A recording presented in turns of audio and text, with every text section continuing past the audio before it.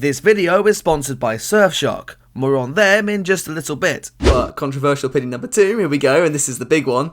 I don't think Verstappen will win a world championship. Not in Formula 1, anyway. You know what? Sometimes I wonder why I open my mouth at all. Hey there guys, and welcome to FP1 and the comedy review, which this week has the task to go over every single race in the 2021 Formula 1 season. It was a year full of drama and excitement, as the F1 circus travelled around some of the most beautiful and interesting countries in the world.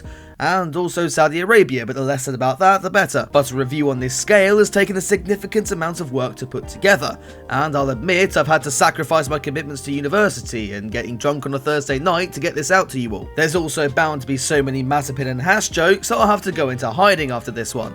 Guess it's a good thing then that this is made all the easier thanks to Surfshark VPN. Surfshark helps keep your identity safe online by encrypting all the information sent between your device and the internet. In other words, this helps keep your search history and personal data safe from big companies and these cyber criminals out there. At the same time, VPNs swap your real location of your device with a new one. Where IP, you ask? Well, anywhere you fancy. Want your phone to take a trip to Germany? There it is with just a click of a button. Why not try browsing in America? There, done. Fancy surfing the internet in Russia?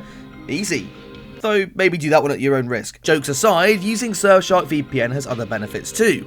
F1 or football streams blocked in your country? Well, Surfshark can help you with that. With 3,200 servers in 65 countries, you can watch Mazepin Binotto lap 1 from wherever in the world you want. It also allows you to access and unblock content and streaming services from other countries, like all the Netflix libraries for example. It doesn't stop there though, as using a VPN can help you on the daily as well. Ever tried to use one of those free Wi-Fi connections on the train or in the airport? You can use Surfshark to secure your personal data and download history so to keep it away from any unwanted prying eyes. So if you're Michael Massey and need to download the FIA sporting regulations as you have no clue how to run a Formula 1 race, now no one has to know. Now if you want to help support me and the channel, interacting with our channel sponsors are a great way to do so. And to add a little bit more incentive, using the code FP1 will give you 4 months of free access to Surfshark VPN, as well as 83% off the software after that. And if you happen to not like the end result, then Surfshark offers a 30-day money-back guarantee, so there's literally no risk in trying it out. Now I don't know about you, but that sounds like a good deal. So if you're interested, check out Surfshark using the link in the description down below. I can't make videos like this without them, so I'd really appreciate it if you give it a try. But now I think it's time we got into things. So it's time for the comedy review of the 2021 Formula 1 season. That's what you get when you don't leave the space. Mikey, no, Mikey, that was so not right. What Mazepin is doing? The dumb idiot. Mike, this guy makes us lose the position.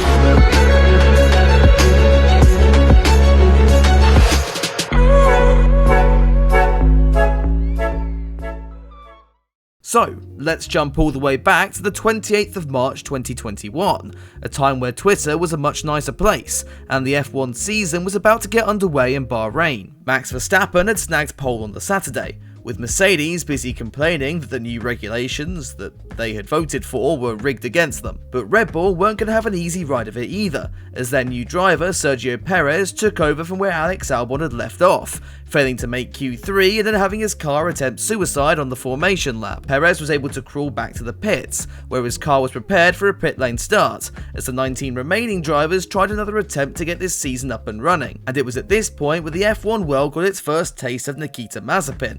The Russian driver was one of several not to take the knee at the start of the race, though his Haas car soon fixed that, forcing his knees into the barrier at turn 3. Pierre Gasly's race would fall apart here as well, as he bounced off a good qualifying performance to bounce off the rear end of Daniel Ricciardo's McLaren. Meanwhile, it was all going Red Bull's way at the front, with Verstappen storming off to what looked like a comfortable win.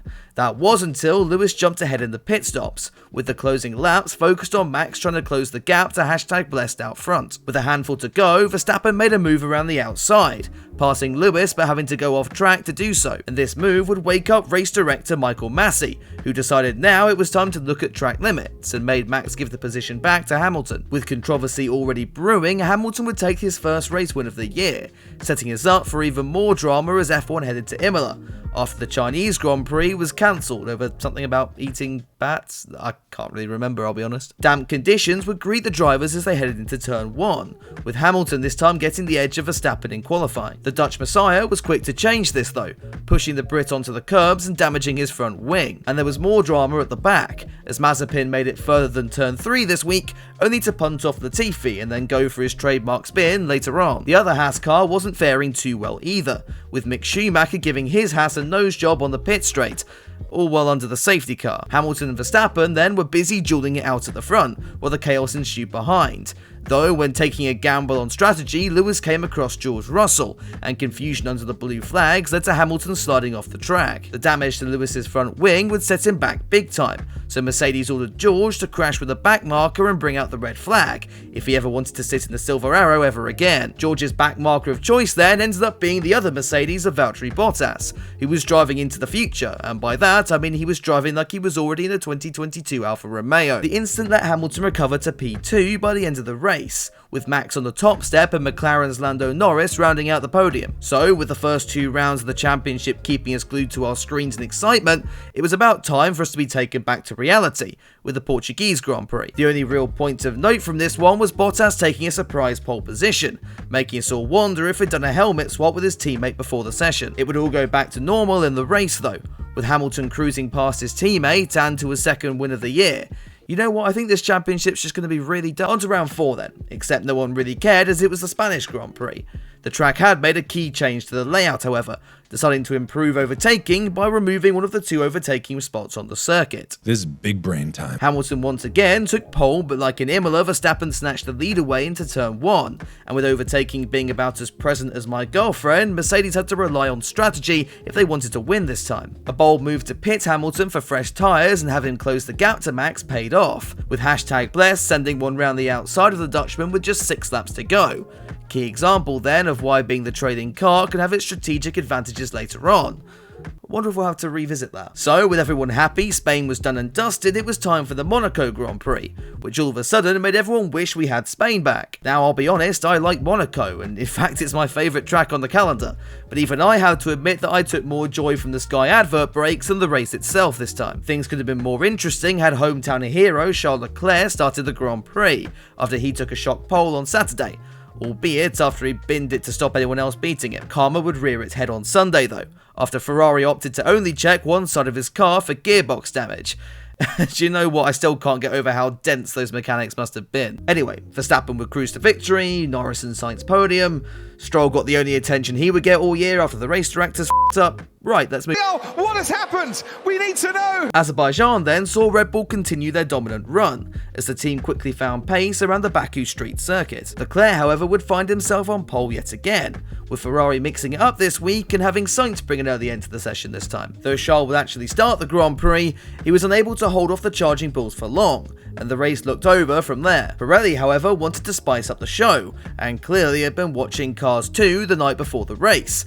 Lance Stroll and later race leader Verstappen's tyres decided to both explode on the pit straight, bringing out the red flag yet again this season. All this meant Perez would lead the field away from a reinvigorated Hamilton, who had been nowhere, but now had the chance to snatch some key points away from Verstappen in the title fight. The restart didn't quite go his way, however, forgetting what brakes were and causing Mark Webber to create one of my favourite F1 soundbites of all time. Lewis Hamilton takes it away, but he lands on, and he's... With both Mercedes and Red Bull's lead drivers out of the equation, it was down to their respective strategy slaves to pick up the pieces, and since Bottas was parting with the Alfa Romeos again, it would be Perez taking a shock second win of his career, leading home Vettel and Gasly in one of the craziest podiums of the season so far. Up next was France, a race I usually watch to help me go to sleep at night, though this time the stars would align and would actually get a bit of excitement for once. Red Bull appeared to have the pace once again, with Verstappen comfortably sitting ahead of Hamilton early on. In an attempt to steal the win away, Lewis tried staying out rather than pitting for a second time.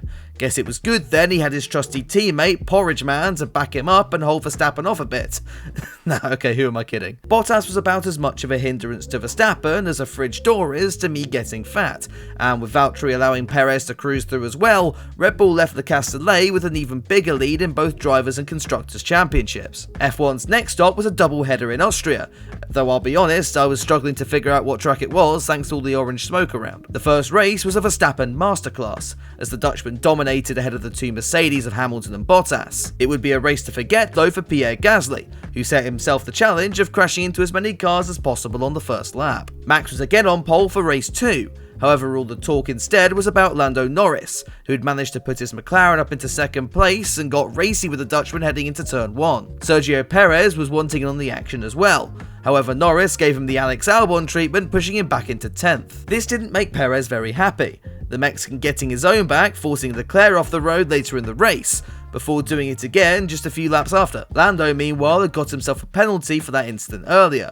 but was able to get back on the podium thanks to Hamilton's tyres falling away in the end, all while Verstappen put in another solid performance to extend his lead at the top of the table heading into Silverstone. This would turn out to be a landmark weekend for the championship, as F1 would debut its highly anticipated sprint race format for the weekend, and by highly anticipated I mean literally no one besides me wanted it there in the first place. Hamilton would take pole on Friday but lose out to Verstappen in the sprint, after a wheel-to-wheel battle on lap 1 saw the Dutchman win out over the Briton. Roles would be reversed come Sunday however, and this time it was Hamilton on the charge, putting the pressure on Verstappen in what culminated to be a lovely Christmas advert for Sky F1. The incident saw Verstappen go to the hospital for precautionary checks, however the race continued, with Leclerc avoiding the chaos to get into the race lead and Hamilton recovering from a 10-second penalty, after a bitching contest broke out over FI18 radio between the two leading teams. We've got to remember though that Ferrari is still just an evolution of the piece of utter shit they ran in 2020, so despite Leclerc doing a phenomenal job to keep the lead as long as he did, Hamilton eventually closed the gap and pulled the same pass on him that he did on Verstappen, with the exception of the other car yeeting itself into the barrier. So with tensions even higher between the championship duo heading into Hungary, what we really needed was a race with as little controversy as possible. Guess it's a shame Bottas didn't get that memo. Rainfall before lights out led to drivers heading into unknown conditions as the race got underway in Budapest, and while everyone was trying to pick their braking point going into turn 1, the FIN instead thought it'd just use the Red Bulls as a stopping mechanism instead. The subsequent chaos wiped out 5 cars on the spot, with Mazepin also jealous of not being involved and so crashing in the pit lane instead. Verstappen meanwhile had a significantly damaged car, giving Lewis Hamilton a supreme advantage heading into the restart, but it seemed as though Mercedes had other ideas, deciding that #blessed was too blessed and needed to be sent to the grid on wet tyres while everyone else pitted for dries. That blunder sent Hamilton to the back of the field, as Alpine's Esteban Ocon inherited the lead in a remarkable turn of events for the man that started 8th on the grid. As Hamilton and a limping Verstappen fought their way back to the front, Ocon was left fighting with Sebastian Vettel over the win, though in the end it wouldn't matter, as Seb would be disqualified from P2 post-race, despite Aston trying to magic some more fuel into his car. This meant that Ocon would take his first career win from Hamilton and Ferrari's Carlos Sainz, as Formula 1 headed into its traditional summer break. With how fascinating the first half of the championship had been, everyone was excited for F1 to return in Belgium, despite the last race there in 2020 being about as good as your kid's school nativity production. But turns out that would still be better than whatever the we got this year. Torrential rain soaked the track ahead of the race on Sunday, meaning we had to sit through 4 hours of waiting only to see 2 laps behind the safety car, so that we could technically call this farce a race. Hilariously then, this is of course the comedy review which got the most views throughout all of 2021. I mean, Michael, can we do this more often? I won't complain if it gets me money. On the bright side, we did at least get the feel-good story of George Russell getting his first podium with the Williams team, in what I still consider to be the best qualifying lap of the season. Following this, F1 would return to Zandvoort, home to all the people who scare me on F1 Twitter, or in other words, Max Verstappen fans. Thankfully, they'd be able to celebrate, with the Dutchman confidently cruising to the win behind Hamilton and Bottas once again. I would talk more about this race, but admittedly not much else happened, so instead let's just move on to Monza, where we have a lot more to discuss. McLaren's Daniel Ricciardo had been struggling throughout the first half of the year, but all came good in Italy as he finally remembered how to drive again, starting the weekend well by moving up positions in the sprint and starting the race in second place. This P2 would quickly become P1, as Ricciardo got past Verstappen in turn 1 and shot off into the distance. Drama then quickly brewed further back, as Hamilton took advantage of this to ride alongside Verstappen heading into the second chicane, eventually making slight contact with the Red Bull and being forced off the road. Meanwhile, Antonio Giovinazzi had a good start in the Alfa Romeo, though he proceeded to ruin that by binning it on the first lap as well. As things looked good for McLaren out front, the battle between Max and Lewis raged on, with the Mercedes seemingly having better race pace over the Red Bull. A slow pit stop wouldn't help Verstappen's cause, and while the Red Bull engineers at fault were executed behind the garage, #Blessed and the Dutch Messiah found themselves on the same piece of tarmac yet again. Just like in Silverstone, the two collided,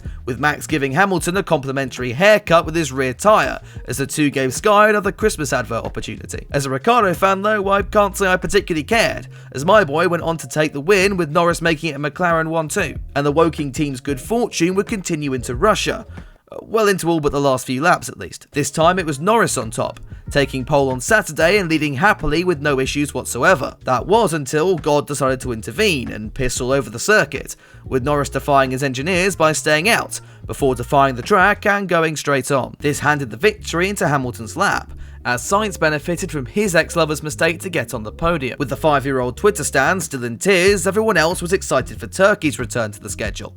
And while the less informed were interested in the developing title fight, the Alpha F1 fans were busy asking the important questions, such as how many times will Porridge Man 360 this year. To our surprise, however, Bottas was actually on form, albeit thanks to an engine penalty for #Blessed. Valtteri would lead away as Gasly spun Alonso out of his best starting position all year, and the Finn wasn't troubled much after that, as he drove a solid performance to what will likely be his last ever win in Formula 1.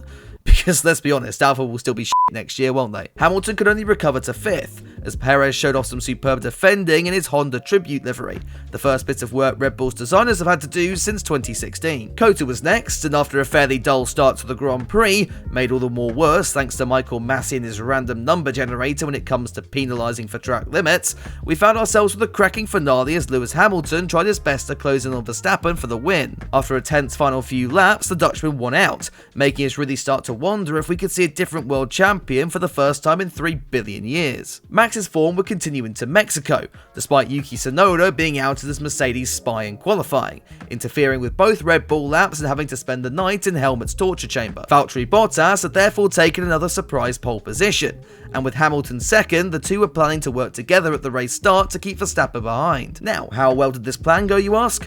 Well, about as well as our government's response to this Omicron COVID variant. Bottas decided to allow Max round the outside before making up for his lack of spins in Turkey on lap 1. Verstappen then had little to challenge him from there on out, and thus moved further clear at the top of the standings as everyone prepared to move to Brazil. Realistically, at this point Hamilton needed to win every single race remaining for a chance to become champion, and pole in Brazil was a good way to start this fight back. However, this wasn't the end of the story, as he would then find himself disqualified and sent to the back of the grid for Saturday's sprint race. Now, if you saw the original review for this race, you'll know that I covered this in the very popular segment called The Story of Hamilton's Flaps, and quite frankly that scarred me enough just writing it, so I'm not going to go into it again. Let's just move on to the race. Lewis fought back to 5th in the sprints, but was demoted back again after yet another engine change. The good news, however, was that in taking this penalty, Hamilton would become far more powerful than Red Bull and Verstappen could possibly imagine.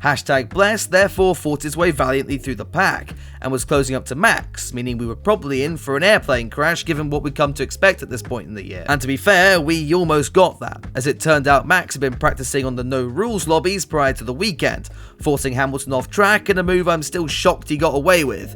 FIA favour Mercedes my arse. It wouldn't matter though, as Hamilton got Verstappen at the second bite of the cherry, winning the race and kicking his championship fight back into motion. So with just 3 rounds to go, it was off to Qatar for the country's first Grand Prix, and Hamilton would once again secure pole ahead of Verstappen heading into Sunday. The Dutchman wouldn't start second on the grid though, as he, alongside Porridge Man, was slapped with 5-place grid penalties for speeding under yellow flags in Q3.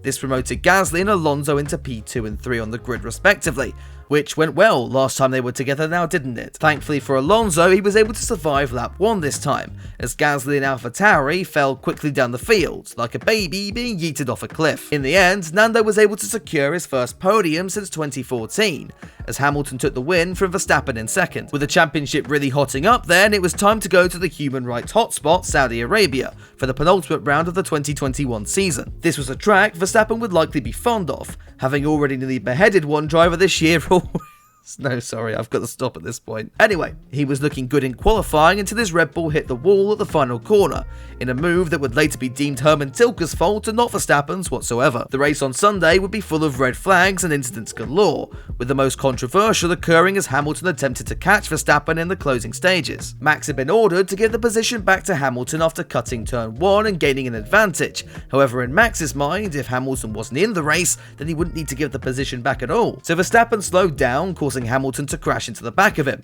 However, they both managed to continue, with Lewis eventually leading Verstappen across the line. Slightly further back, there was also heartbreak for Ocon, having lost P3 to Bottas, but let's be honest, nobody particularly cared about that. So that takes us into the title showdown, with both Max and Lewis, after 21 races, tied on the same number of points. And let's be honest, we all know how this went down. Hamilton led from the start, got away with taking the Alonso line at turn 6, and despite strategy not going his way, looks set to win his 8th World Championship. Now, I'll understand if you all want to turn off now, as we have to discuss those last 5 laps. However, at least we now know how Felipe Massa and all of Brazil have been feeling for the last 13 years. So, here we go.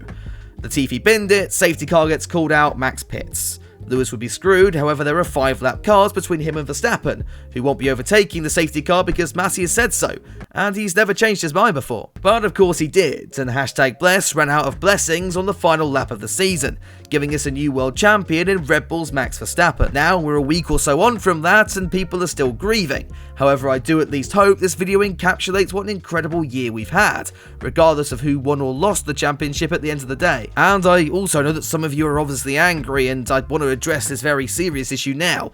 You're right, there has been no Haas watch in this comedy review, but don't worry, that's deliberate. Just keep your eyes peeled around Christmas. That's all I'm going to say for now. Anyway, this video has taken a ridiculously long period of time to script and edit, so if you could leave a like on it and subscribe if you haven't already, I would really appreciate it. Also, don't forget to check out Surfshark and use the code FP1, as that makes all this sort of stuff possible. That's all from me though. I will see you soon with another video, but until then, have a good one.